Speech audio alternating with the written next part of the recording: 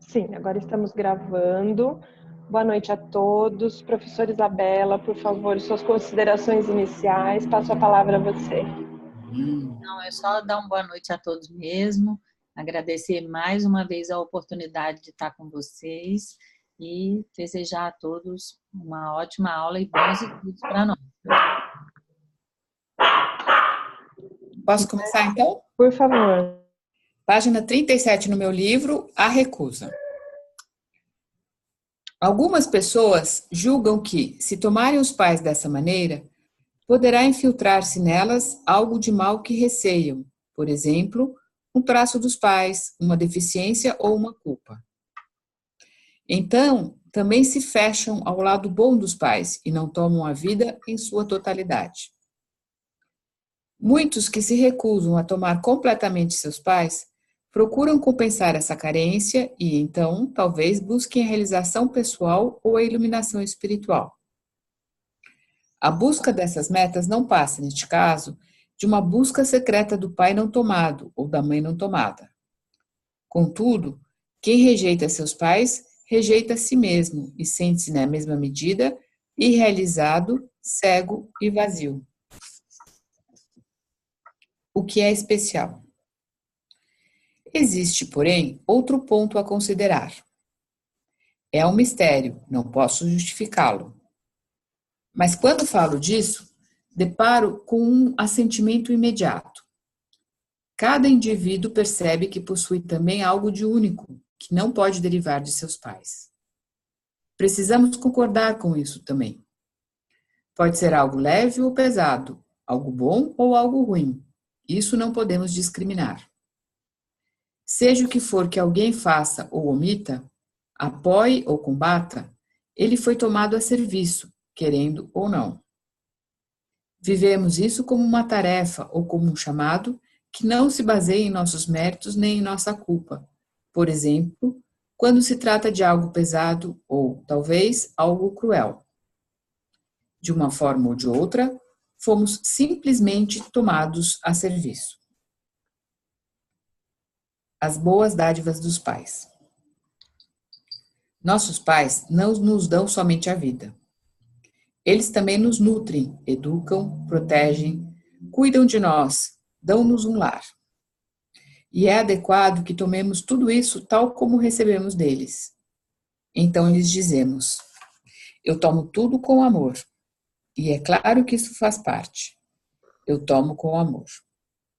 Essa é uma forma de tomar que equilibra ao mesmo tempo, porque os pais se sentem apreciados e respeitados e dão com mais prazer. Se tomamos de nossos pais dessa maneira, via de regra é o bastante. Existem exceções que todos conhecemos. Pode não ser sempre o que desejamos ou o quanto desejamos, mas via de regra é o bastante. Quando o filho se torna adulto, diz aos pais: recebi muito e isto basta. E eu levo comigo em minha vida. Então ele se sente satisfeito e rico e acrescenta: o resto eu mesmo faço. Também essa é uma bela frase. Ela nos torna independentes. A seguir, o filho diz ainda para os pais: e agora eu os deixo em paz. Então se solta deles. Não obstante, ele os conserva como pais e eles também o conservam como filho. Quando, porém, o filho diz aos pais: vocês têm de me dar mais, o coração dos pais se fecha. Já não podem dar ao filho tanto quanto lhes davam, nem com o mesmo prazer, porque ele o exige.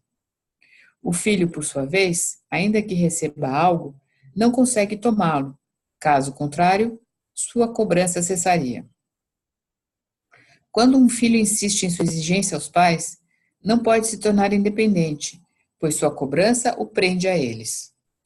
Contudo, apesar dessa amarra, o filho não tem os seus pais, nem os pais têm o filho.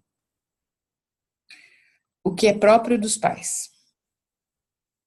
Além do que os pais são e dão, eles também têm coisas que conquistaram por merecimento ou sofreram como perdas. Isso lhes pertence, a título pessoal, e os filhos só participam disso indiretamente. Os pais não podem nem devem dar aos filhos o que lhes pertence pessoalmente, e os filhos não podem nem devem tomá-lo dos pais, pois cada um é o artífice da própria felicidade e da própria desgraça. Quando um filho se arroga o que é um bem ou direito pessoal dos pais, sem realização própria e sem um destino e um sofrimento pessoal, ele reivindica o que não tem e cujo preço não pagou. O dar e tomar que serve à vida e à família se inverte quando um mais novo assume algo pesado em lugar de um mais velho. Por exemplo, quando um filho assume por um dos pais uma culpa, uma doença, um destino, uma obrigação ou uma injustiça que foi cometida contra ele. Pois o mais velho não recebeu isso de outro antecessor como um presente bom a ser transmitido aos sucessores, mas pertence ao seu destino pessoal e permanece sob sua responsabilidade. Isso pertence à dignidade dessa pessoa e possui uma força e um bem especiais, na medida em que ela o assume e os outros o deixam com ela. Ela pode dar esse bem a algum sucessor, não o preço que pagou por ele. Entretanto, quando o mais novo assume algo de funesto em lugar de um mais velho, mesmo que seja por amor, ele se intromete na esfera mais pessoal de alguém que hierarquicamente o precede e tira dessa pessoa e de seu destino funesto sua dignidade e força. Nesse caso, do lado bom do destino difícil já não resta a ambos a coisa em si, mas apenas o preço pago por ela. A arrogância. A ordem do dar e tomar na família é subvertida quando o mais novo, ao invés de tomar do mais velho e de honrá-lo por isso, pretende dar-lhe como se fosse igual ou mesmo superior a ele. Isso acontece, por exemplo, quando os pais querem tomar dos filhos e os filhos querem dar aos pais o que estes não tomaram dos próprios pais ou dos próprios parceiros. Então, os pais querem tomar como se fossem filhos e os filhos querem dar como se fossem pais.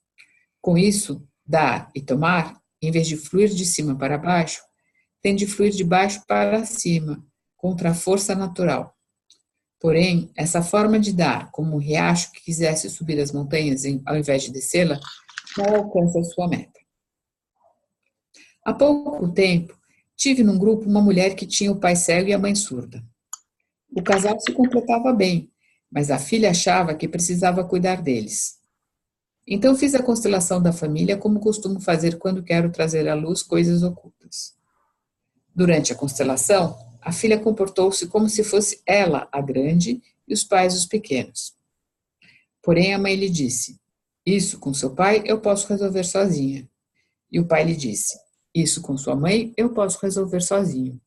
Não precisamos de você para isso." A mulher ficou muito desapontada, pois foi devolvida ao seu tamanho de criança. Na noite seguinte, ela não conseguiu dormir e me pediu ajuda. Eu lhe disse: "Quem não consegue dormir acha que precisa vigiar." Aí contei-lhe uma pequena história de Borchardt. Em Berlim, no final da guerra, um menino tomava conta de seu irmão morto, para que os ratos não o devorassem. O garoto estava esgotado, pois achava que tinha de vigiar. Então, chegou um senhor amável e lhe disse: "Mas de noite os ratos dormem." E o menino adormeceu. Na noite seguinte, a cliente dormiu melhor. Quando um filho infringe a hierarquia do dar e tomar, ele se pune com severidade, frequentemente com o fracasso e o declínio, sem tomar consciência da culpa e da conexão. Isso acontece porque, como é por amor que ele transgride a ordem ao dar ou tomar o que não lhe compete, não se dá conta da própria arrogância e julga que está agindo bem. Porém, a ordem não se deixa suplantar pelo amor, pois o sentido de equilíbrio que atua na alma, anteriormente a qualquer amor, leva a ordem do amor a fazer justiça e compensação, mesmo ao preço da felicidade da vida. Por essa razão, a luta do amor contra a ordem está no início e no fim de toda a tragédia, e só existe um caminho para escapar disso: compreender a ordem e segui-la com amor. Compreender a ordem é sabedoria. Segui-la com amor é humildade. A comunidade de destino. Pais e filhos também constituem uma comunidade que partilha um destino comum. Nela, cada um depende do outro, de muitas maneiras, e, na medida de suas possibilidades, precisa cooperar para o bem comum. Aqui, cada um simultaneamente dá e recebe. Também os filhos dão aos pais, por exemplo, cuidando deles na idade avançada. Neste caso, os pais têm o direito de exigir e de receber dos filhos. Isso é o que pode ser dito sobre as ordens do amor entre pais e filhos. Ok. Então, eu gostaria de pontuar aqui alguns conceitos importantes. O Bert Hellinger explica no final dessa parte sobre as ordens do amor entre pais e filhos. Então, eu gostaria de pontuar como ele tem essa ânsia, né, pela autorrealização, pela iluminação espiritual. Quer dizer, ele coloca um ideal, seja de um partido político, de uma religião, de um bem comum, acima da família. Então, ele coloca isso como uma indicação de que existe um pai ou uma mãe que não foram tomados, né? Quer dizer, que são rejeitados. Então, e por falar nisso, é importante que fique claro para todos vocês qual é o conceito de tomar. Porque não é dar e receber, é dar e tomar.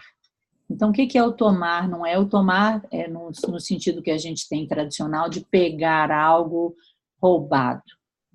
Na verdade, o tomar dentro da filosofia hellingeriana, né, da abordagem hellingeriana, ele é um receber ativo, tá? E isso é muito importante que fique claro para vocês. E por incrível que pareça, esse receber ativo, ele equilibra, especialmente no caso dos pais e filhos, porque eu não vou poder devolver tudo que eu recebi para os meus pais. Então, ao tomar o que os pais me dão, ou seja, receber, colocar no meu coração, colocar em prática, né? E com relação a isso, eu gostaria de indicar para vocês 2 textos muito, muito bonitos que tem no livro Pensamentos a Caminho, do Bert Hellinger, onde ele diz o que significa agradecer e agradecer verdadeiramente, né? Então, é tomar e colocar em prática. Isso é o agradecimento aos pais, tá? Então, eu recebo, levo no meu coração, faço algo com isso e, além de tudo, ainda tem mais uma outra etapa. Deixo vocês em paz. Ou seja, também dou para os meus pais um pouco de descanso. Posso crescer, ser adulto, né? E uma coisa especificamente, ou 2, na verdade, nessa parte sobre que vale para o direito sistêmico, é a cobrança. Ou seja, de que maneira a cobrança nos aprisiona. Então, como eu poderia levar o meu cliente a ter uma outra visão sobre a cobrança, não como um direito, mas como talvez uma prisão, ou até mais do que uma prisão, uma maneira de me reunir com essa outra pessoa de quem eu estou cobrando algo, tá? E aí vem a questão da herança, isso também precisa ficar claro. A herança, na filosofia, na abordagem de Bert Hellinger, ela é um bem imerecido, assim como as dívidas. Então, quando eu penso na relação com os pais, muitas vezes os filhos pensam, não, mas meu pai vai deixar para mim heranças, mas meu pai também vai deixar para mim dívidas. Então, nem as heranças, nem os bens, nem as dívidas, em última instância, deveriam pertencer aos filhos. Então, elas são bens imerecidos que os pais pagaram com o próprio trabalho, né? Isso também eu acho que é uma coisa importante dentro do aconselhamento e das questões que vocês podem estar tendo que enfrentar no seu dia a dia.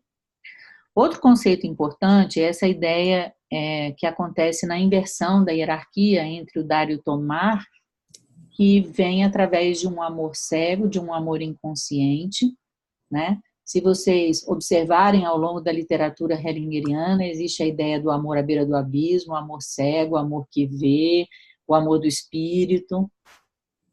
Então, todos esses conceitos vocês vão precisar ter claros. Então, o amor cego é quando acontece, por exemplo, a inversão da hierarquia no dar e tomar entre pais e filhos, e uma pessoa mais jovem assume, por um amor inconsciente, algo que vem dos seus predecessores, e por mais que ela faça isso e possa estar parecendo ser boazinha, uma boa filha, ou ela mesma experimenta sentimentos de lealdade e inocência, como que o Bert Hellinger classifica essa atitude? Como arrogância. Né? E no sentido de eu me arrogo algo que não é meu. Só que o resultado disso é uma autopunição. Então, vocês podem também observar as consequências do amor cego através do fracasso, através do declínio e dos sentimentos de culpa e inocência que possam estar associados a algum determinado tipo, por exemplo, de ajuda dentro da família. De um modo geral, o amor cego tem uma consciência leve, tem um sentimento de inocência associado a ele, que eu estou fazendo certo, que eu não tenho opção, né? E que eu tenho direitos porque estou fazendo mais, por assim dizer. Isabela, posso fazer uma pergunta? Pode. Que você acabou de falar. Porque aqui ele fala que eu tomo o lugar do meu outro e me sinto culpada. Quer dizer, agora eu não lembro aonde que está. Num determinado nível, eu me sinto culpada e por isso eu me puno. Então, são níveis diferentes. E às vezes eu me sinto inocente, né? Do tipo assim, eu estou fazendo coisas tão boas e minha família não me vê. Uhum. Esse é o discurso normal, né? Eu estou fazendo coisas mas tem um lado, que esse lado é o que gera a punição, que eu sei que eu estou desrespeitando a ordem. Inconscientemente eu sei que eu estou desrespeitando.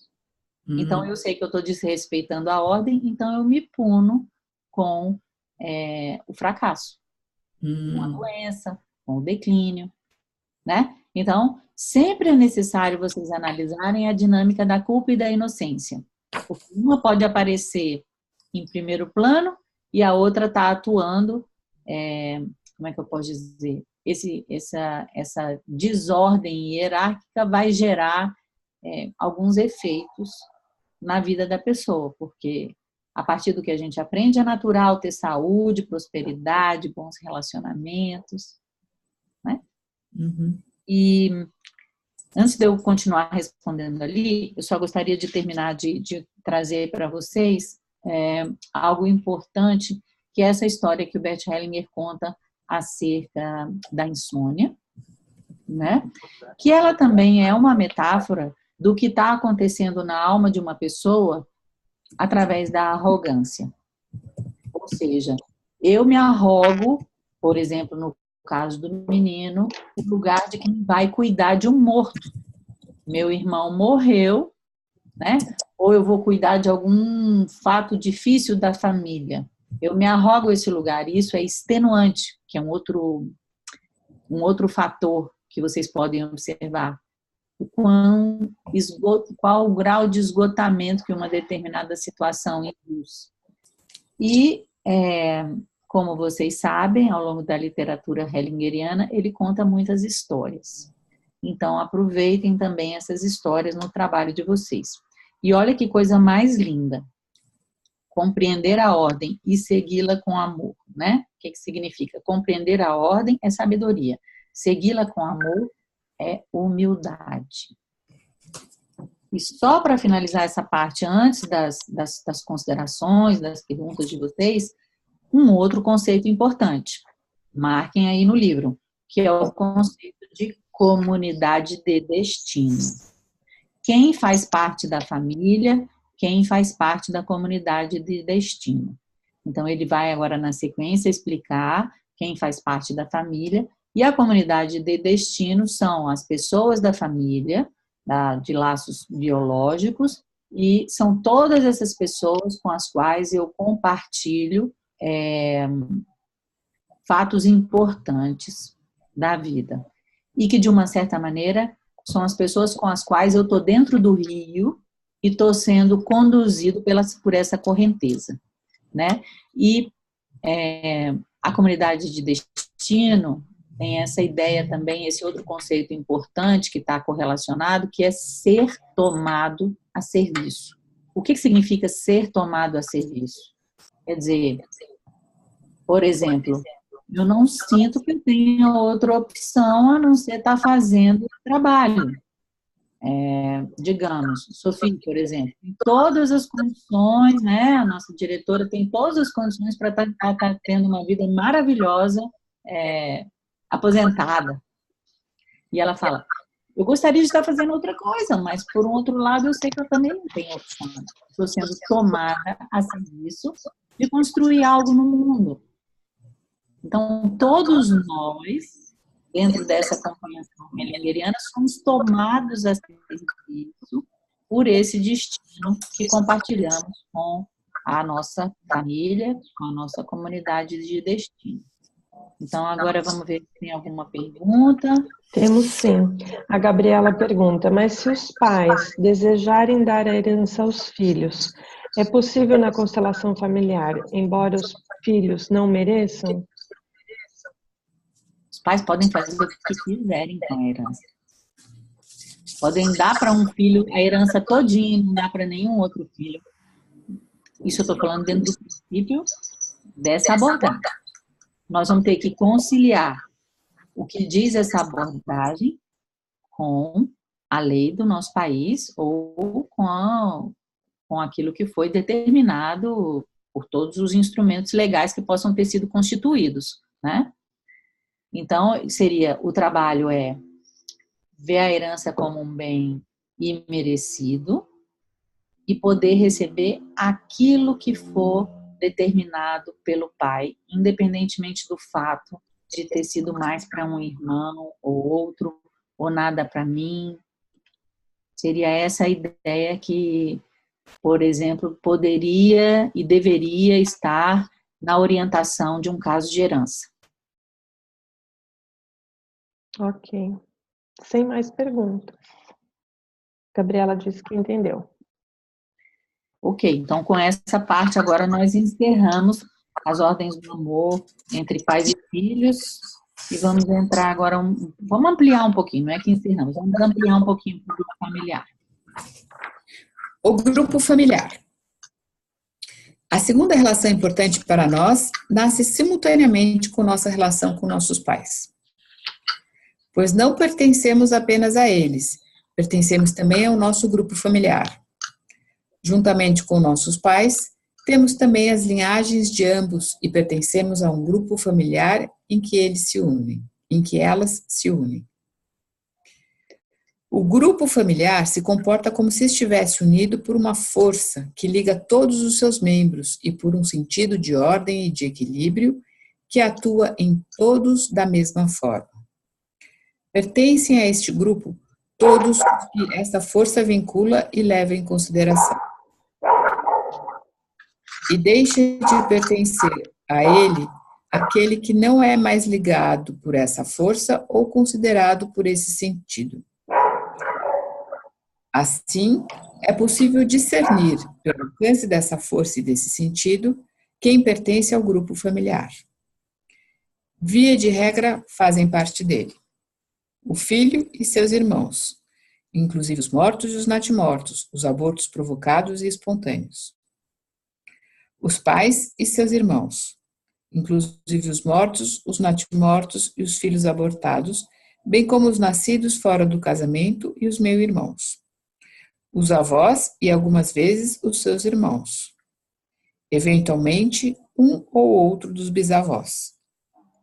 Incluem-se também pessoas sem laços de parentesco, que tenham cedido lugar a outros no grupo familiar, tal como parceiros anteriores dos pais ou dos avós, todos aqueles cuja desgraça ou morte tenha resultado em vantagem para outras pessoas do grupo familiar.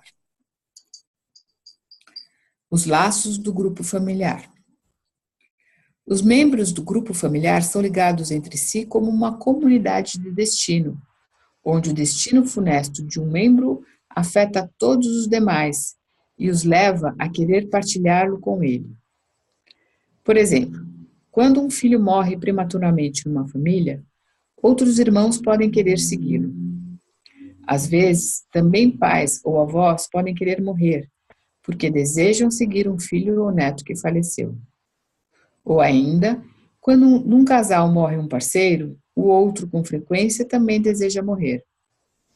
Os sobreviventes dizem interiormente aos mortos: eu sigo você. Muitas pessoas que têm câncer ou outra doença grave, sofrem um sério acidente ou estão em risco de suicídio, são pressionadas pelos laços desse destino e pelo amor proveniente dessa ligação e dizem interiormente ao falecido: eu sigo você. Essa atitude está estreitamente ligada à ideia de que uma pessoa pode entrar no lugar de outra, assumindo o sofrimento, a expiação e a morte em seu lugar, resgatando-a assim de seu destino. Por trás desse procedimento existe a frase: antes eu do que você. Por exemplo, quando uma criança percebe que um membro de seu grupo familiar está gravemente doente, diz-lhe interiormente: antes adoeça eu do que você.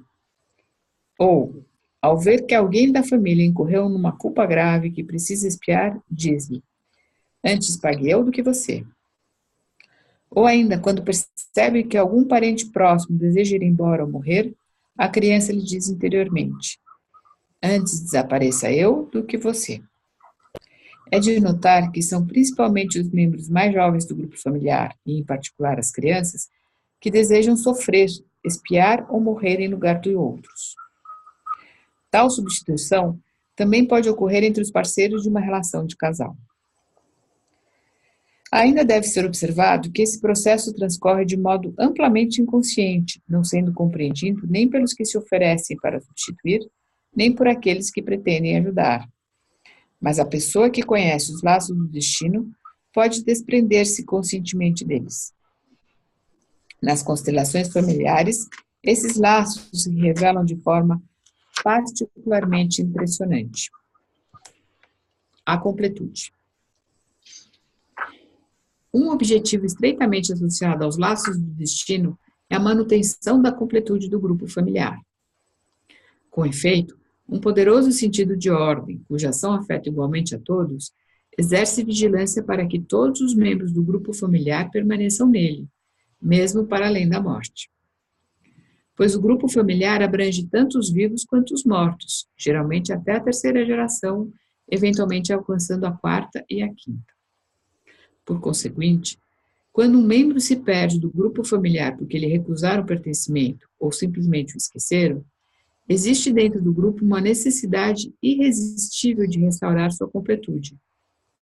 Isso faz com que o membro perdido seja como que revivido e representado por outro membro mais jovem, através de uma identificação.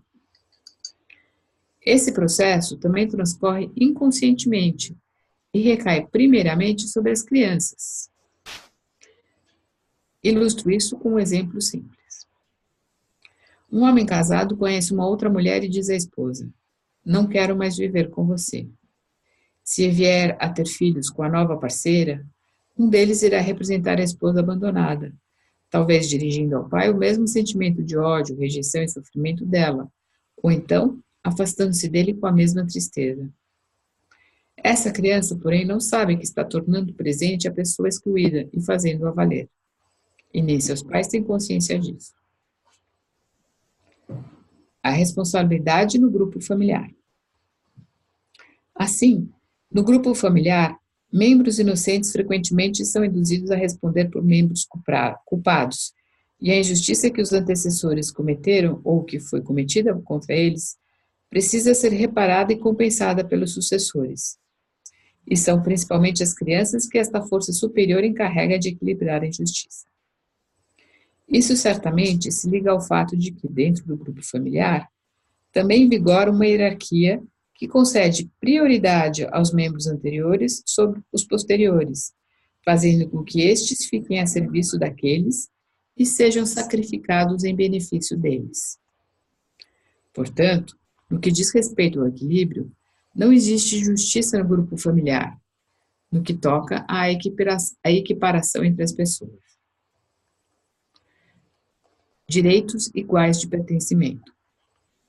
Entretanto, vigora no grupo familiar uma lei básica que reconhece a todos os que fazem parte do grupo o mesmo direito de pertencer. Esse direito é negado a alguns membros em muitas famílias e grupos familiares. Por exemplo, um homem casado tem um filho fora do casamento e sua mulher diz: não quero saber dessa criança nem da mãe dela. Elas não pertencem à nossa família. Ou quando um membro da família teve um destino difícil, por exemplo, quando a primeira mulher do avô morreu de parto. Esse destino amedronta os outros e eles silenciam sobre essa pessoa, como se ela já não pertencesse à família. Ou ainda, quando um membro da família exibe um comportamento que foge às regras, os outros lhe dizem: você é uma vergonha para nós e por isso o excluímos da família.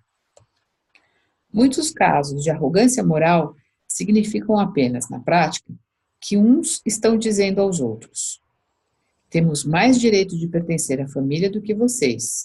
Ou, vocês têm menos direito de pertencer do que nós. Ou ainda, vocês perderam seu direito de pertencer. Neste contexto, bom significa apenas tenho mais direitos.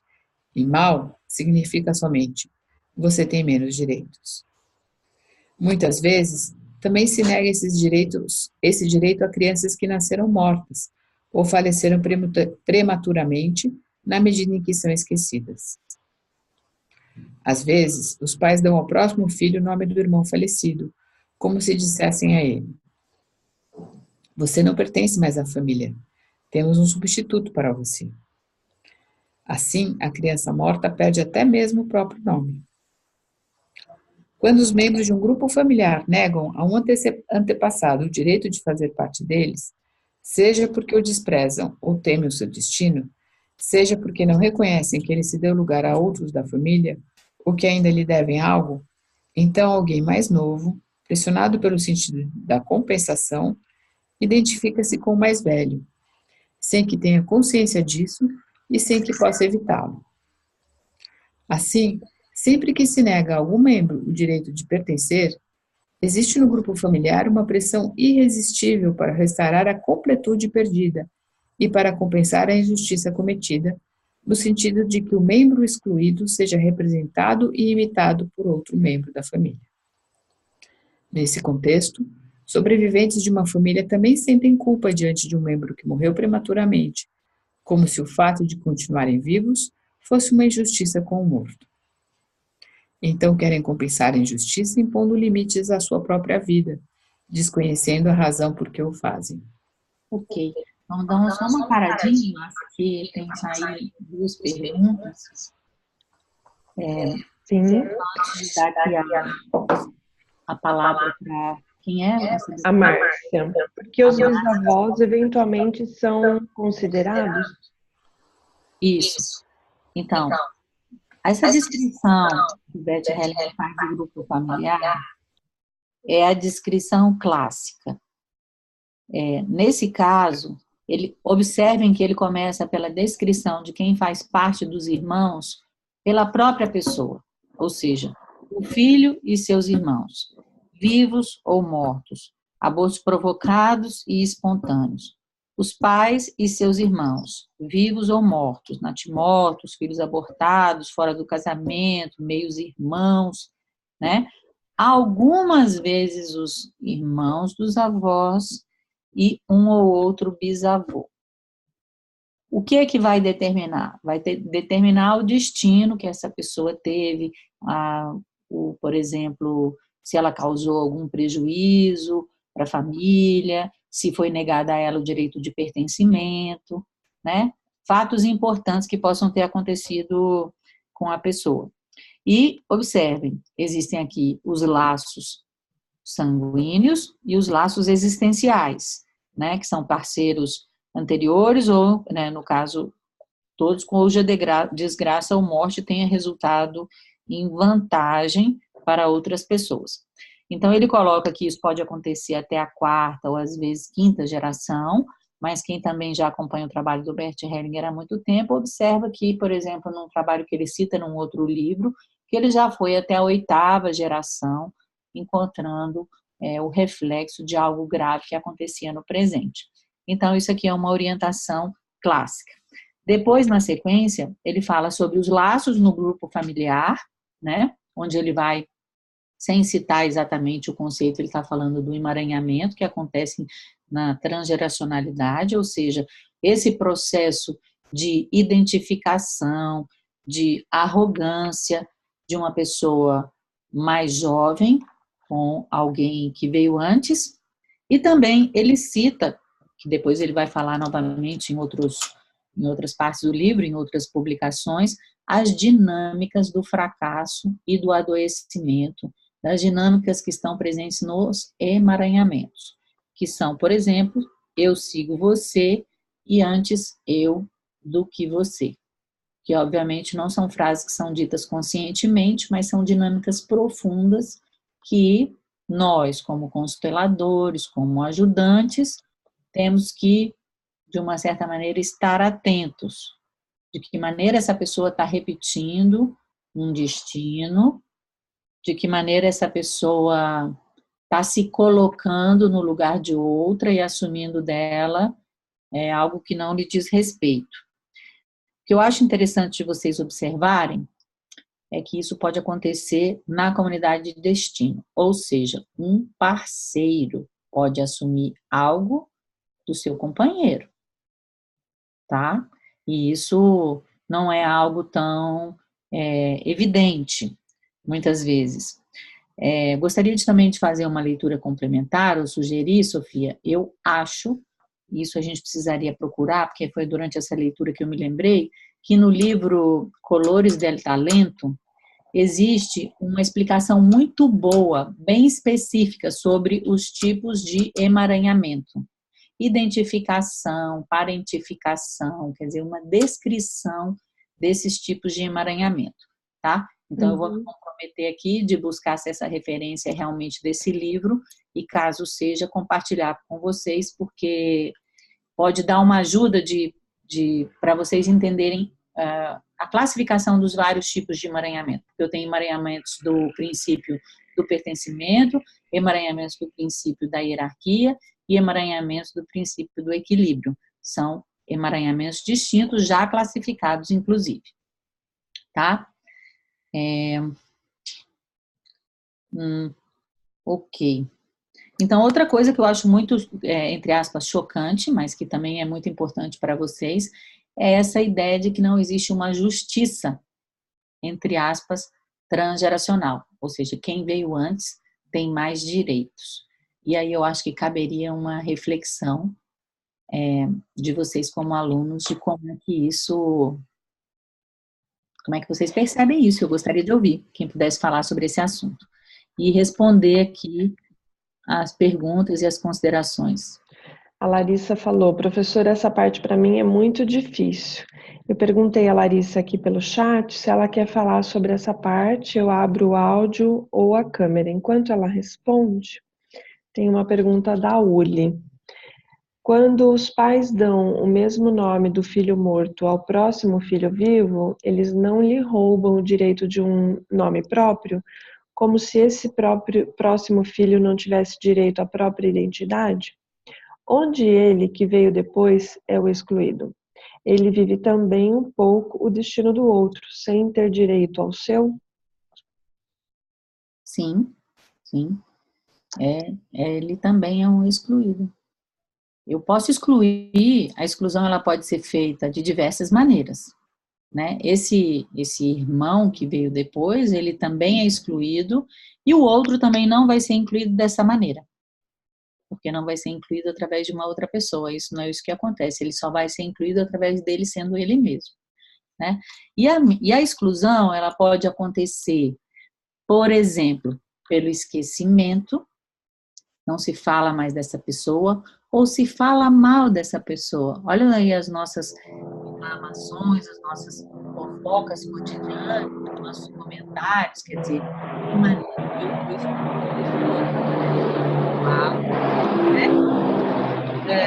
existe também a autoexclusão quando não há um respeito pela hierarquia. Então, a consequência dessa falta de respeito é uma autoexclusão ou uma expiação. Ok. Larissa, eu estou tentando localizar você para dar a palavra, mas você não aparece entre os participantes. Temos... Ah, tá. Você levantou a mão. Achei. Pronto. Oiê. Pode falar, Larissa. Oi, boa noite, Larissa. Boa noite. Consegue me ouvir? Sim. Mas você tá assim, ó. Ai. Agora tá melhor. Gente. Ai. Boa noite, pessoal. Boa noite. Professora, a parte que eu falei, assim, que para mim ainda é difícil, toda vez que tem um texto com isso, me dá um rebuliço, e por isso eu levantei a mão, é essa aqui que fala, que a senhora também nos provocou aí, que não existe justiça, né? Quando a gente fala de equilíbrio, não existe justiça no grupo familiar no que toca a equiparação entre as pessoas. Porque como eu atuo na área da infância e juventude, e a nossa ordem jurídica mundial, quero crer, com algumas exceções, ela coloca a criança e o adolescente numa situação de primazia dos direitos, enfim, de prioridade. Essa colocação aqui, por mais que ela faça muito sentido, me pega, sabe? Qual que você acha que deveria ser a ordem correta, então? Não, eu já estou até abandonando essa questão da ordem correta, mas como compatibilizar a figura da criança, do ser que é mais frágil, porque ele é um ser em potencialidade, e essa questão de que na natureza, na vida real, né, é assim que acontece. As crianças ficam sobrecarregadas, talvez pelo fato justamente delas serem mais frágeis e a potencialidade dela de vida ainda não é tão evidente. Qual que seria a possibilidade aí? Deixar com os antepassados o que é deles. Isso não te diz respeito. Então, nesse sentido, fica justo para quem veio depois, fica justo para a criança e para o adolescente quando ele não precisa assumir essa dívida. Não precisa assumir esse destino, né? Então, quer dizer assim, como é que eu contribuo para ajudar essas famílias, deixando essas injustiças ou deixando esses fatos difíceis aonde eles aconteceram. Assim elas ficam. Pois é. Entendi agora. Então tem uma solução, não é algo inevitável. Não. Eu estava lendo essa passagem como algo que quase fatalista, assim. Não. E não é necessariamente algo que ele recai esse destino sobre a família. Mas eu também, como é que eu posso dizer? Eu posso olhar com respeito, eu posso olhar com carinho, eu posso honrar o aprendizado que vem através disso e deixar na geração em que aconteceu o que aconteceu, quer dizer, eu não trago para o presente, né? Agora, não, definitivamente não é querendo me livrar. Como muitas pessoas chegam e dizem assim, eu quero me livrar de um padrão transgeracional. Ou seja, nesse ponto é como se assim, não é fatalista, vai acontecer comigo e eu quero me livrar, e vai acontecer com os meus filhos. Mas chega e fala assim, não, eu quero porque senão isso vai se repetir e vai estar com os meus filhos também. Então, com essa postura, uma postura desrespeitosa em relação ao que aconteceu, não integrativa, não é possível esse desemaranhamento, né? Então, só quando eu honro, agradeço, respeito e deixo com quem aconteceu, eu posso ter talvez, uma possibilidade de algo novo. Ai, professora, me deu uma esperança aí. Muito obrigada. Alguém mais? De nada. Alguém mais tem essa mesma angústia da Larissa? Porque, como eu disse para vocês, isso é uma questão essencial, né? Professora, e para os operadores do direito, se a gente compreende também que esse é o destino do outro, seja da criança, do agressor ou da vítima, a gente também não se envolve na situação, né? Então, compreendendo que faz parte, que enquanto ele for criança e não conseguir se desembaraçar, ele vai carregar isto. Depois que ele tiver consciência e conseguir, vai ser diferente. Isso chama atenção, Larissa. Por que que você se enrosca? Né? Quer dizer assim, isso daí, tanto para você como para outros operadores do direito, outros alunos, toda aquela situação onde eu não consiga manter uma neutralidade, onde eu me revolto, onde eu considero injusto, onde eu quero ajudar, eu quero resolver, são sinais de onde eu preciso trabalhar comigo mesmo. Porque a postura sempre é de uma profunda neutralidade, concordância, respeito, né? Essa compreensão multidimensional de que a gente não sabe exatamente de onde veio, que existe, mesmo que não seja evidente, uma concordância num nível muito profundo, mesmo que a criança, a gente reconheça que ela é inocente, num nível profundo da alma dela, nós não sabemos até que ponto houve uma concordância. Então, é como se a gente tivesse que experimentar uma neutralidade, uma concordância, uma humildade diante desse mistério. E observar nessas posições onde eu me incomodo, o que tem a ver comigo que eu ainda não vi. Sim, com certeza. Estou me observando, estou aprendendo, e esse conhecimento é um grande bálsamo. Imagina lidar com, justamente na área que eu atuo, e sentindo essa dor toda vez que chega uma criança que tem uma doença grave, que precisa de um tratamento. Não dá para fazer nenhum trabalho direito, né? Então, obrigada, professora. E eu tenho mais uma pergunta no final do texto, se for possível. Pode falar. Tá. Aqui no penúltimo parágrafo, professora, quando ele fala sempre que se nega a algum membro o direito de pertencer, na página 41, existe no grupo familiar uma pressão irresistível. Essa ideia, a gente pode levar isso em termos de comunidade, de uma cidade? Vou ser mais específica na minha pergunta. Hoje, quem comete um crime, a comunidade, a sociedade não quer olhar para essas pessoas, na regra geral. Elas querem que ela vá para o presídio, sejam, se possível, esquecidas, excluídas e nunca mais voltem. E quando a gente leu isso aqui agora, me fez pensar, essa mesma dinâmica se aplica na nossa comunidade? Sim, se aplica. O micro se aplica ao macro. Então, nós sabemos que boa parte das prisões estão cheias de traficantes, né? De pequeno porte.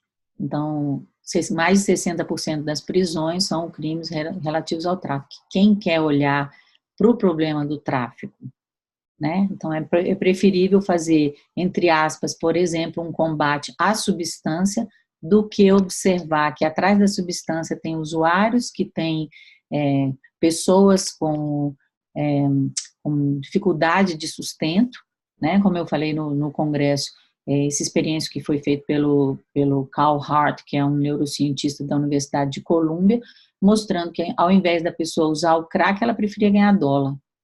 Então, eu estou interessada em olhar para isso. E a outra questão, por exemplo, que também é outra questão de exclusão social, que são os problemas de saúde mental, né? E olha que coisa interessante, porque nas duas dinâmicas de exclusão, quem é que é o grande excluído?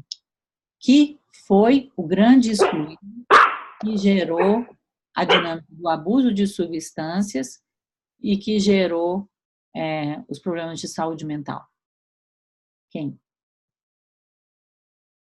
É sempre o pai. Sim. Então, E a é gente o vê pai. isso nos processos, né? Nos processos isso acontece bastante. Quando pergunta pelo pai, a figura que é ausente. Uhum. E a justiça representa a autoridade paterna. A lei representa a autoridade paterna. Então, quando a autoridade paterna está enfraquecida na sociedade, o que vai acontecer? Ou dentro da família, um excesso de recurso à justiça. Né? Essa é uma tendência. Muito obrigada, professora. De nada. Temos mais, não? Temos várias perguntas. Então, a Márcia Freitas diz: e os pais que dão o próprio nome aos filhos, todos vivos, quais as consequências? Também um pouco de exclusão e de uma repetição de destinos, né? Não me lembro de ter visto nenhum texto do Bert Hellinger que fale especificamente disso, mas a gente poderia considerar assim. Mas, por um outro lado, eu posso dar o lugar do meu pai, posso dar o lugar do meu irmão morto. A família pode também, mesmo tendo o mesmo nome, a mesma repetição, dar a cada um o seu lugar. Pode ser um pouquinho mais difícil, porque a gente se confunde, ou porque as pessoas se confundem, é o júnior, ou é o pai, ou é o neto, mas também eu posso usar aquilo que eu tenho à minha disposição e fazer disso com que seja uma honra, um motivo de saúde, um motivo de continuidade positiva. Então, eu acho que o exercício crucial que nos é dado em todas as situações que vivemos é olhar para elas com um outro olhar que me leve a ter uma atitude positiva, uma atitude construtiva, uma atitude de crescimento. E não de fatalista. Ah, aconteceu isso, agora eu tenho o nome do meu irmão, acabou minha vida. Eu tenho o nome do meu pai, eu continuo com o mesmo destino. Ah, sim, continuo com o mesmo destino, mas como é que eu posso olhar para isso de outra maneira? Nesse mesmo assunto, a Gracília pergunta: quando se dá o nome de um antepassado a outro nascido, depois, por exemplo, neta com o nome da avó, isso causa uma espécie de sucessão de destinos? Pode acontecer. Nunca a gente pode dizer que isso é um fato. Isso pode acontecer. E é aquilo que eu falei, da mesma maneira. Como num caso desse, onde nós somos tentados a esquecer de alguém, seja daquele que veio depois ou daquele que veio antes, por uma certa, talvez, dinâmica de cada sistema, como que eu dou a cada um o seu lugar, né? Acho que seria isso. E aqui tem uma pergunta anterior, ô Sofia, que a Tatiane fez sobre o suicídio, né? Tá vendo? Em caso de suicida, eu só não sei a que ela se refere. Mas eu acho que eu nem cheguei na Tatiana ainda, porque tem a Batista, a Adriana falando, boa noite. Os que vieram antes têm precedência sobre as crianças, porque são provedores do sistema, também porque geram a vida, ou seja, dão continuidade ao sistema. Em tese, se uma criança morre, os adultos podem gerar outros. Não é uma pergunta, é uma colocação. A Maria dos Remédios diz: muita esperança faz parte de conhecimento ou informação de nossa parte. Eu não vejo a pergunta da Tatiane. Está para trás? Foi anterior. Ah, então pulei. Voltando. Ela pergunta logo lá depois. Estou voltando. Boa noite, estou disponível, boa noite, pessoal entrando. Aika entrando. Pessoal perguntando que parte. Depois de Mônica, melhorou muito, grata, parou. Ah, melhorou muito. Caso de suicida, mas eu não sei a que caso que ela está se referindo. Ah, então, também não entendi. Tati, se você quiser, eu abro o teu áudio e você fala, tá? Eu tenho 11 mensagens para ler e depois eu tenho a Gracília com a mão levantada e o Luiz Alcântara também. Se vocês quiserem, eu abro para vocês falarem, tá bem? Logo na sequência de eu ler esses comentários. Tinha pulado mesmo a Tati, não tinha visto. Aí a gente já falou sobre a Uli, Larissa, Comunidade Destino, Med, já comentei, e a Gracília. Num caso, por exemplo, de esquizofrenia na família e que nunca foi resolvido em nenhuma geração, e havendo agora na nova família uma repetição desta doença, qual a forma indicada de agradecer, honrar e deixar com quem ocorreu, em primeiro lugar, a doença com quem a teve? Então, primeiro a gente precisa entender, no caso especificamente da esquizofrenia, qual é a dinâmica que está por trás. Porque a dinâmica que está por trás, quer dizer, honrar, agradecer e deixar com quem entendeu, é quase como se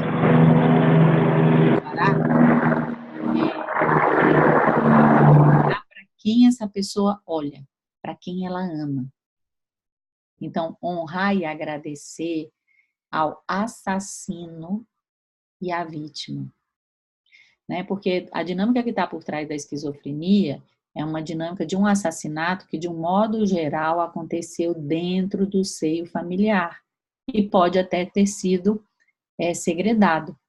Então, não é só honrar e agradecer a pessoa que ficou doente, mas é conseguir olhar para essa pessoa e olhar para quem ela olha, para quem ela ama. Então, o esquizofrênico, ele está fazendo uma coisa que a família inteira não faz, que é amar simultaneamente o assassino e a vítima, né? E a família também não está fazendo uma outra parte importante, que é compreender que, no caso, não é uma pessoa esquizofrênica, é a família. Então, essa pessoa, ela é apenas um sintoma. Bert Hellinger diz que ela é a pessoa que tem mais amor, que assume esse sintoma. Então, muitas vezes, acontece quando uma pessoa tem uma psicose, todos ficam aliviados, quer dizer, já aconteceu com alguém nessa geração. Não vai acontecer comigo, nem vai acontecer com seus filhos, com os meus filhos, né? Só que, dentro dessa compreensão da necessidade de uma completude, da necessidade de um aprendizado, eu preciso amar a quem essa pessoa ama. As duas pessoas, na verdade, ou mais pessoas que estão envolvidas. E aí é que se torna difícil, porque eu vou, através da minha superioridade moral ou da minha compreensão do que é certo e é errado, amar um assassino? Vou reconhecer o ato desse assassino como igualmente válido, ou o destino dele como igualmente válido ao meu ou ao da vítima? Então, o preço nem sempre é tão barato e tão, como é que eu posso dizer, tão de livro. Ele exige que cada família veja quais são aquelas atitudes, quais são aqueles comportamentos, quais são aqueles destinos que ela rejeita, que ela exclui, que ela diz isso é inadmissível. Pude te responder, Gracília?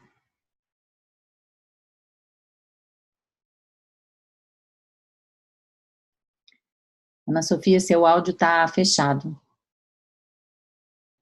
Já promovi a Tatiane, quando ela puder falar, a gente tá aí. Você pode falar, vou liberar. Pronto, agora ouvimos você. Oi, não fui eu que fiz a pergunta, Ana? Ah, não? Não fui eu, deve ter outra pessoa com o mesmo nome. Então já não tá mais na sala. Desculpa, tô eu aqui, oi. Tá bem, obrigada, querida. Tá bom. Beijo. Beijo. Vamos voltar às perguntas. Então, a Maria dos Remédios diz, um despertar consciencial. A Magali diz, eu sinto como a Larissa. Questões com as crianças trazem um verdadeiro incômodo e a necessidade de justiça. Cláudia Aguirre comenta: eu também tenho dificuldade com as audiências de ato infracional. É um aprendizado não voltar doida para casa. Gratidão pelos esclarecimentos. A Uli diz: o risco de atribuir responsabilidade ao destino sem entender bem o que ele significa pode levar a um coração frio ao invés de um coração misericordioso. A gente precisa crescer para dentro deste conhecimento. E aí eu gostaria só de fazer um pequeno parênteses, né? Porque existe uma aplicação e uma compreensão rasa do que seja a abordagem hellingeriana. Então, por exemplo, assim, nesse curso que eu dei esse final de semana de Direito Sistêmico em São Paulo, uma pessoa chegou para mim e falou assim, olha só, se eu observo que existe um emaranhamento transgeracional que saiu numa constelação, um emaranhamento transgeracional de uma pessoa que ela não consegue pagar a pensão porque o pai dela não pôde pagar a pensão, ou seja, eu não me lembro exatamente o que é o caso, mas o que ela estava dizendo assim, se eu que sou uma advogada sistêmica consigo observar esse emaranhamento transgeracional, isso vai eximir a pessoa de pagar a pensão? Então, vejam bem, aí eu brinquei com ela e falei assim, não, você vai pedir para ela pagar em dobro, tá? Então, assim, a gente precisa tomar muito cuidado com uma interpretação rasa, que, na verdade, essa interpretação, ela vem justificar, por exemplo, assim, por que ela deveria justificar que uma pessoa não pagasse a pensão? Eu estou considerando que essa pessoa é tadinha? Eu ajudo essa pessoa pensando que ela é uma tadinha? Então, eu falo, nossa, mas que maravilha, porque o seu pai não teve condições de pagar e você agora paga nem que seja R$10. Entendeu? Então, eu preciso observar como eu lido com a informação que eu recebo em relação às compreensões de Bert Hellinger para não fazer uma interpretação errônea ou rasa ou literal. Por exemplo, se eu falo assim, então eu tenho que deixar honrar e agradecer o que aconteceu com o esquizofrênico, mas eu não quero nem ver que eu também sou esquizofrênica. Porque a minha família inteira é psicótica, dentro dessa compreensão de uma doença transgeracional e sistêmica. Ou seja, vamos honrar e agradecer e pronto, acabou o pagamento. Não, então aconteceu uma dinâmica e eu falo assim, não, então esse aqui não tem direito não precisa pagar, tá? E outra coisa que é muito importante, constelação não pode ser, como é que eu posso dizer, uma prova definitiva. Tomem muito cuidado com essa coisa de que apareceu na constelação e é assim.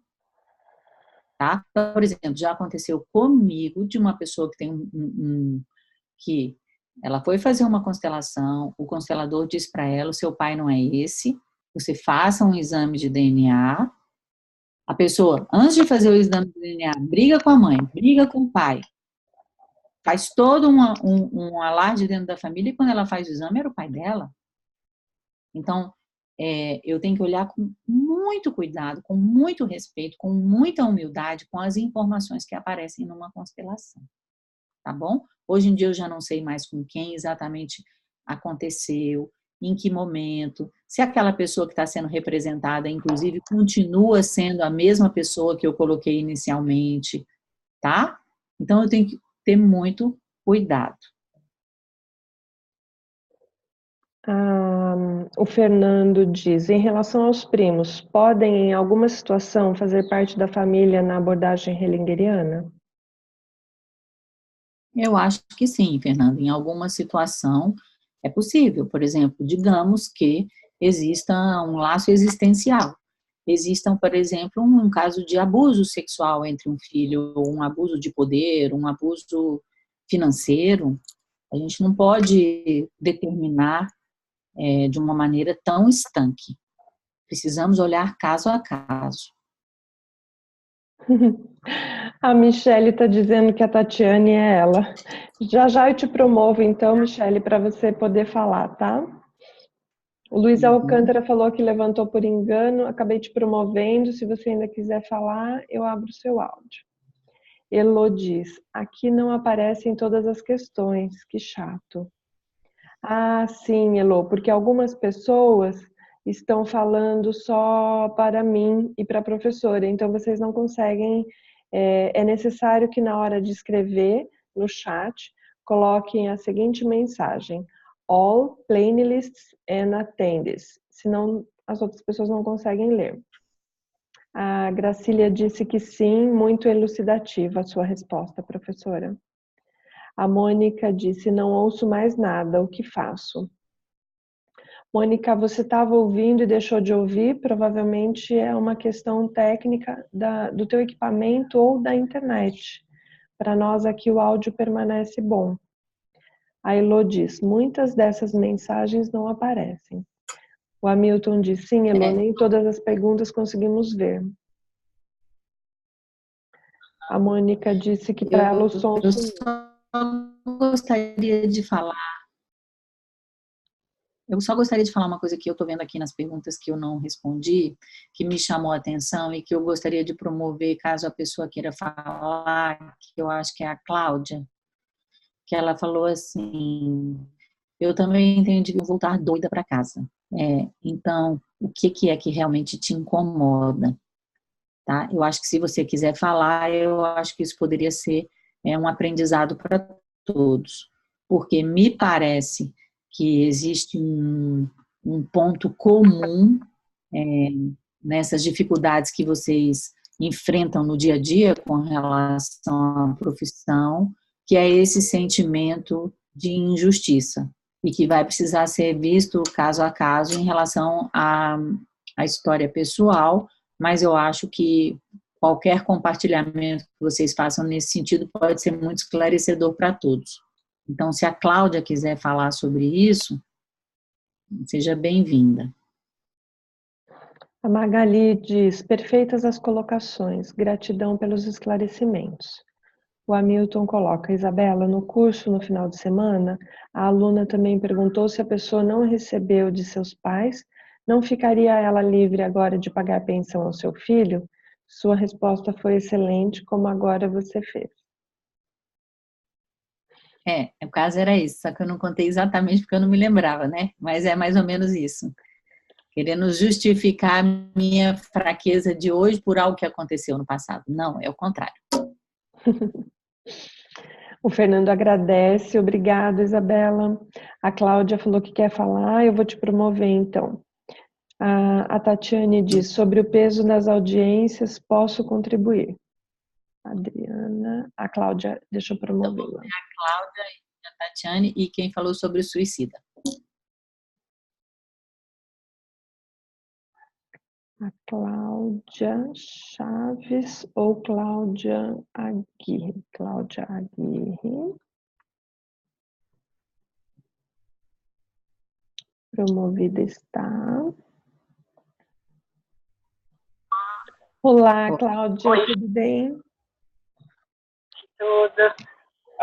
Sim, hoje um pouco menos de dificuldade eu tenho, mas ainda tenho dificuldade, né? Porque vem uma sensação de impotência, não só, por exemplo, comigo em relação ao adolescente que eu estou defendendo, mas também comigo em relação ao Poder Judiciário de modo como um todo, enquanto defensora pública.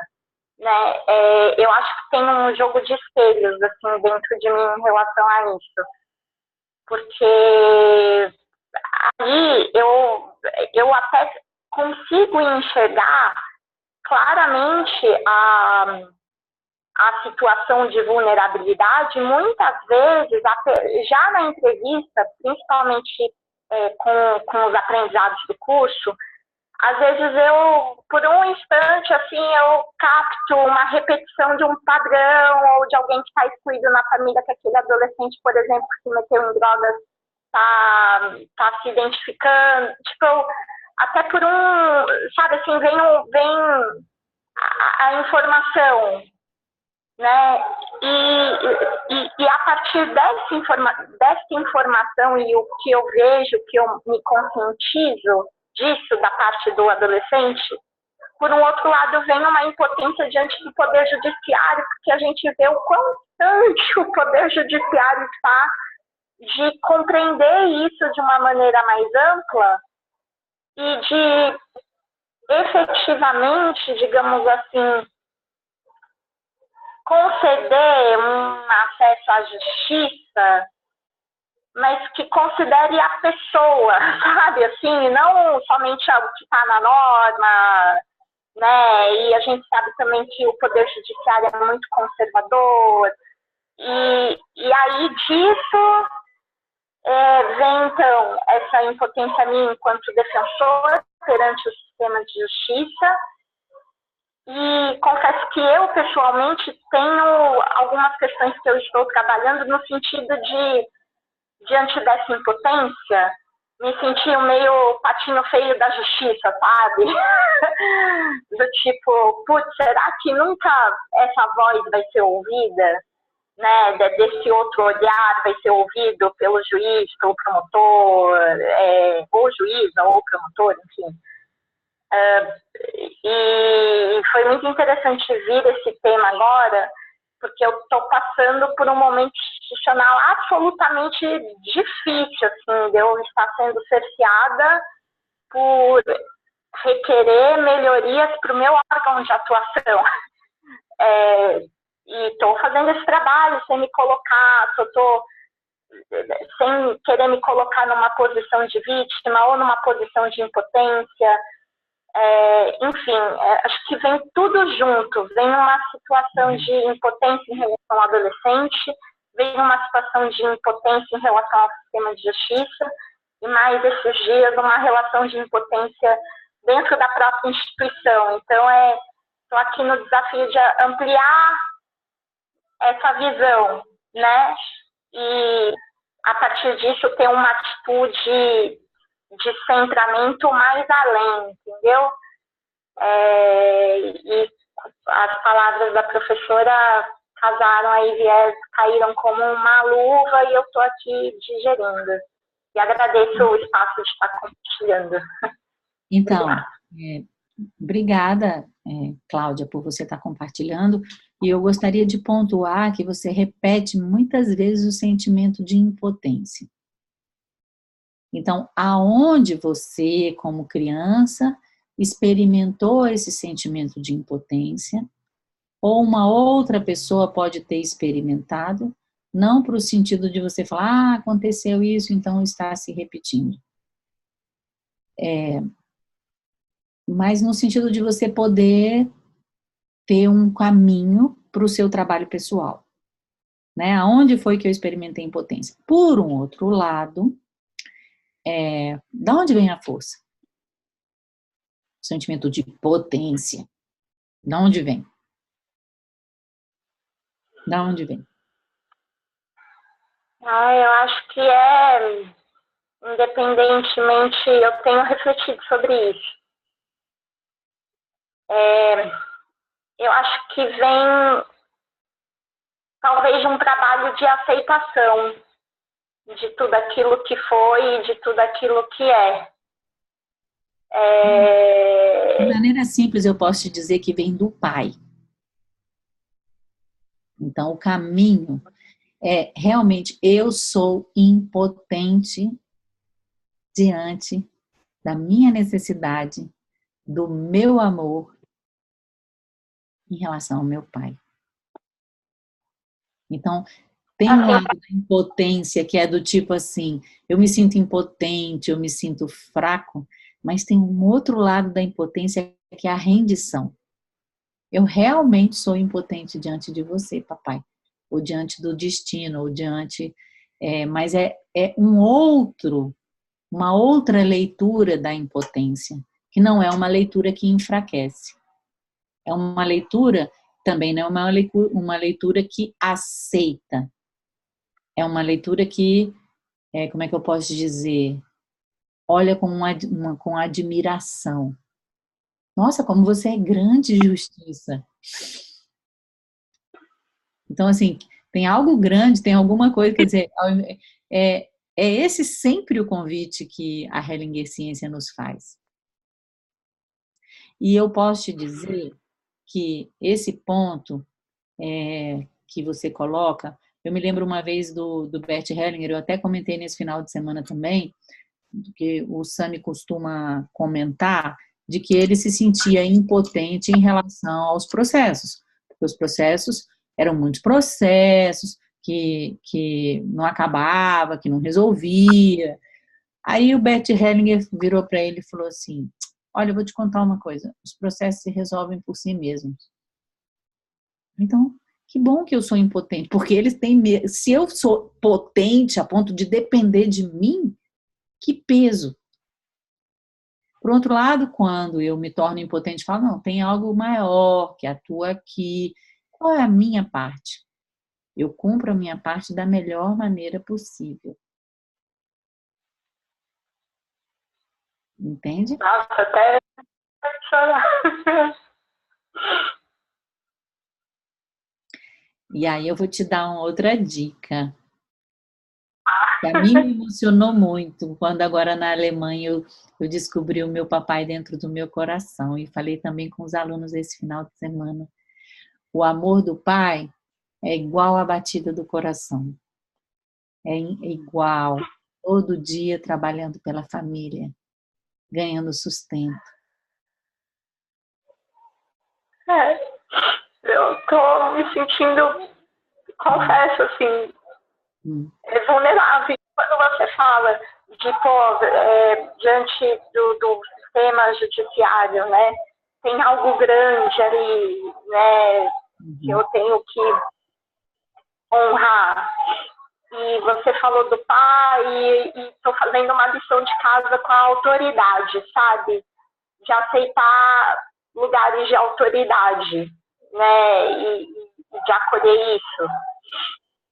Eu levei um cala-boca do meu corregedor, né? E, tipo, isso me doeu muito, mas eu tô fazendo a lição de casa, tipo, sim, ele tá numa posição de autoridade. Estou usando um exemplo, né?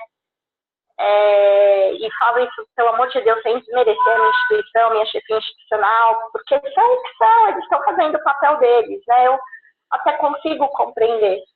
Mas aí pegou um lugar de vítima ou de invisibilidade, do tipo, pô, dou sangue todo dia, ninguém reconhece. E aí e em troca eu levo uma bronca e uma atrás da outra. Mas assim, eu tô procurando fazer a lição de casa para sair do lugar de vítima, para ter essa visão mais ampla mesmo, né, de honrar isso tudo, de honrar esse maior que está na justiça, que está na minha instituição. E curioso que eu tinha acabado de olhar um retrato do meu pai antes de abrir aqui o vídeo, né? Eu, por acaso, estava resolvendo uma outra coisa em casa. E olha, do pai, o limite da lei, pode parecer, por um lado, um limite duro, né? Pode parecer, por um lado, um limite duro. Mas, por um outro lado, qual é o maior limite? Qual é realmente o limite curativo de receber o abraço? O limite também é o abraço, é a contenção. Mas isso exige uma grande coragem. Todo esse passo de volta para os nossos pais exige uma coragem. Será que eu vou ser aceita? Será que vão me reconhecer? E, ao mesmo tempo, não existe outra possibilidade. É dar esse passo. Porque não é o que está acontecendo, não é o fato de eu ser reconhecida, ou ser abraçada, ou ser valorizada, não é isso. O que está acontecendo é aqui dentro de mim. É a minha capacidade de entrega. é a minha capacidade de confiança, não necessariamente na justiça, no meu pai ou na minha mãe, mas em algo maior ainda, a própria vida. Entendi. Muito, muito obrigada. Okay. Obrigada. Obrigada pelo ensinamento e pelo espaço de compartilhamento. Muito importante a sua contribuição, eu que agradeço. A Márcia que coloca: a cada momento que escuto essa conversa, me sinto fênix. A Larissa agradece: muito bom, gratidão. A Ruth disse: uau! A Tatiane disse: lindo, Isabela, o amor do pai como a batida do coração, lindo. Agora eu não sei se é a Tatiane ou a Michele. Eu vou pedir para vocês reconfigurarem o computador na entrada para exibir exatamente o seu próprio nome, como eu tenho aqui Ana Sofia, como a professora Isabela tem, e aí fica mais fácil de identificar os alunos. Haja vista que a gente tem 2 turmas, né? T1 e T2. Facilita. A Marisa diz: trabalhando todo dia com o coração, lindo mesmo, gratidão. A Alice diz: ontem eu recebi uma pessoa que está com problemas profissionais e atribui esses problemas com a prosperidade, com frases do ex-namorado: você não vai conseguir. Ele conseguiu passar no concurso de juiz e ela se considera com o profissional parado. Olha, o que acontece? Se você tem essa cliente que você recebe, que está com problemas profissionais, e ela chega e coloca a culpa ou a responsabilidade fora dela. Quer dizer, assim, você diz: então, tadinha, você tem razão, a responsabilidade é do seu namorado abusivo. Isso vai contribuir para que essa pessoa possa ter força? Bom, você pode dizer: eu não vou conseguir, e eu faço uma releitura disso. Ou se eu sou uma pessoa competitiva, eu vou dizer assim: não, agora que ele disse que eu não vou conseguir, eu vou conseguir mesmo. Entendeu? Ou então eu também posso falar assim: poxa, mas quem sabe, né? Não é esse o meu caminho. Eu olho diferente, entendeu? O que realmente se trata, essa abordagem, é o que eu faço com os limões que eu recebo. Porque, de um modo geral, quando eu busco por uma causa, quando eu busco por um problema fora de mim, eu não estou olhando para o essencial dentro de mim. Tudo que acontece está ok. A água do rio, o rio constrói o seu curso através dos limites que se apresentam. Então eu falo: não, então por aqui, então não estou conseguindo por aqui, eu vou por ali. A Larissa agradece: obrigada, Claudinha. A Magali: uau, que espetáculo, gratidão. O Fernando: lindo, Isabela, obrigado, Cláudia. A Larissa: muito grata, professora. A Maria dos Remédios diz: obrigada por tanto amor e coragem. A Tatiane: Tatiane Colombo, fui eu. Agora a Michele já está como Michele, muito bem. Então, mais uns minutinhos para a Michele, para a gente poder encerrar a nossa aula, tá? Quem precisar sair, tudo bem. Isso, o pessoal saindo, agradecendo. A Alice complementa: tem algo relacionado, profissional, o ex-marido ou namorado, e frases ou a despedida de um relacionamento, o liberar?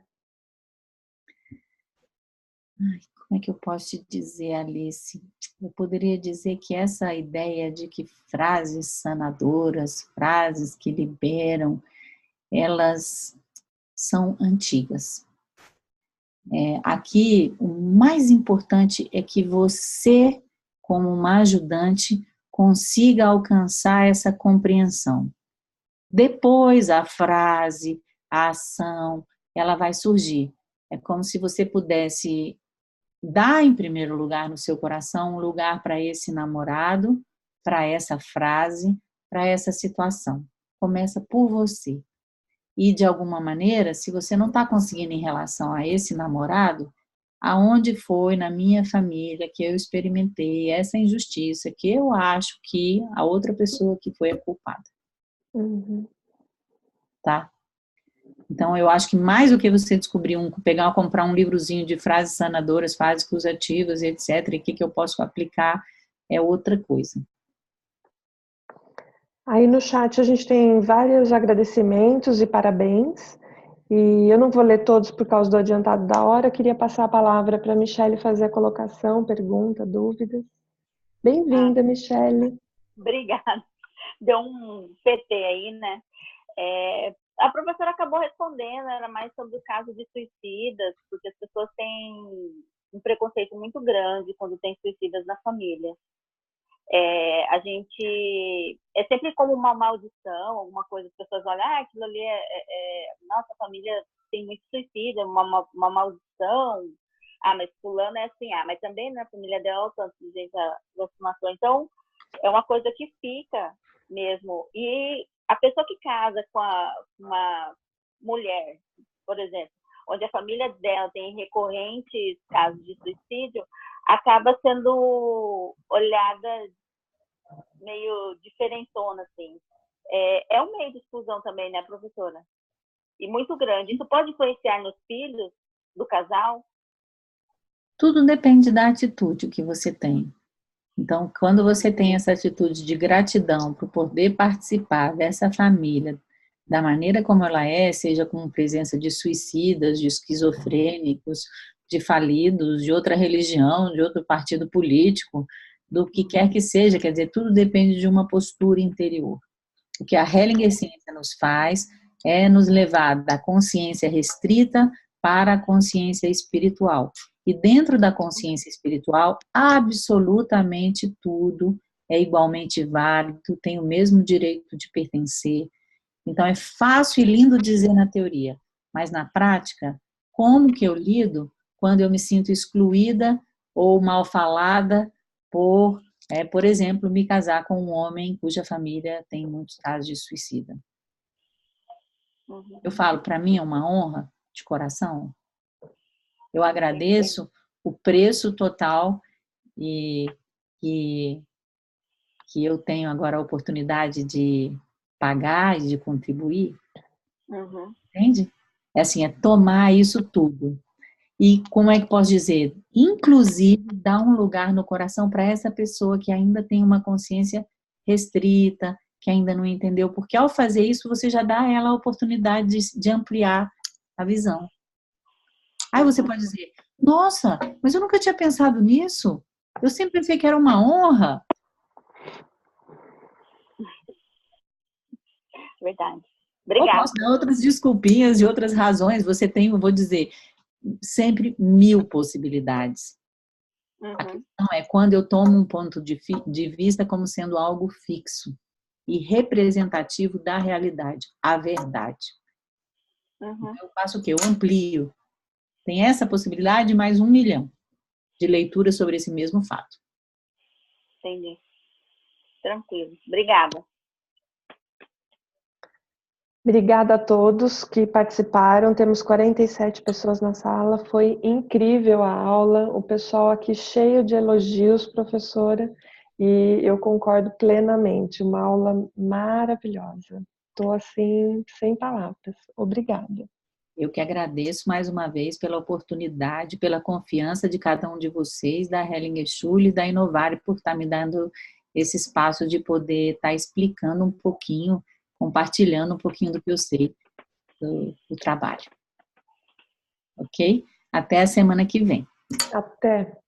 Beijo, gente. Obrigada, Márcia, pela leitura, sua linda. Obrigada, Márcia. Tchau, pessoal. Boa noite. Beijos a todos. Boa noite.